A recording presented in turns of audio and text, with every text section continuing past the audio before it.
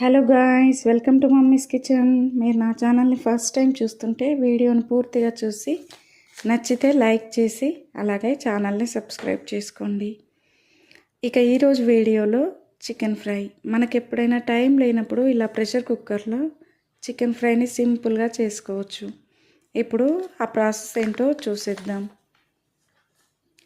ముందుగా కుక్కర్ తీసుకొని 3 టేబుల్ స్పూన్ల ఆయిల్ వేసుకోవాలి. దానిలో హోల్ గరం మసాలా దినుసులు వేసుకొని 1 నిమిషం పాటు ఫ్రై చేసుకోవాలి. ఇప్పుడు ఆయిల్ వేడయ్యాక 3-4 ఉల్లిపాయలు సన్నగా తరిగి వేసుకోవాలి. ఆనియన్ బాగా ఫ్రై చేసుకోవాలి. చూస్తున్నారు కదా, ఆనియన్ కలర్ చేంజ్ అయ్యి మంచిగా ఫ్రై అయ్యాయి. ఇప్పుడు ఇందులో 1 టేబుల్ స్పూన్ అల్లం వెల్లుల్లి పేస్ట్ వేసుకోవాలి.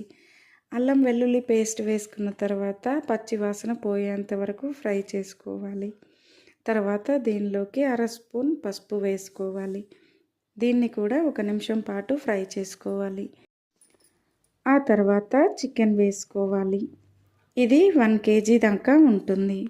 తర్వాత 3-4 నిమిషాల పాటు కలుపుతూ ఫ్రై చేసుకోవాలి. ఇప్పుడు మూత పెట్టి కాస్త మగ్గనివ్వాలి. తర్వాత మూత తీసి 2 స్పూన్ల కారం వేసుకొని అలాగే సాల్ట్ కూడా తగినంత వేసుకోవాలి. ఇప్పుడు చికెన్కి ఉప్పు కారం అంతా పట్టేలా కలుపుకోవాలి.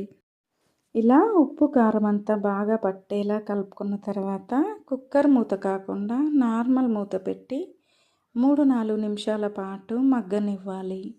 ఇప్పుడు మూత తీసి ఒకసారి మొత్తం అంతా కలుపుకున్న తర్వాత కుక్కర్ మూత పెట్టి 1 విజిల్ రానివ్వాలి.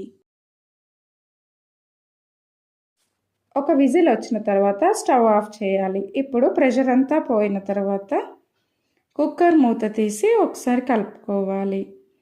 మనం ఇప్పటి వరకు ఒక్క చుక్క వాటర్ కూడా పోయలేదు. అయినా కూడా ఇలా కొద్దిగా వాటర్ ఉన్నాయి కదా, ఇవి చికెన్ ఉడికేటప్పుడు రిలీజ్ అయిన వాటరే.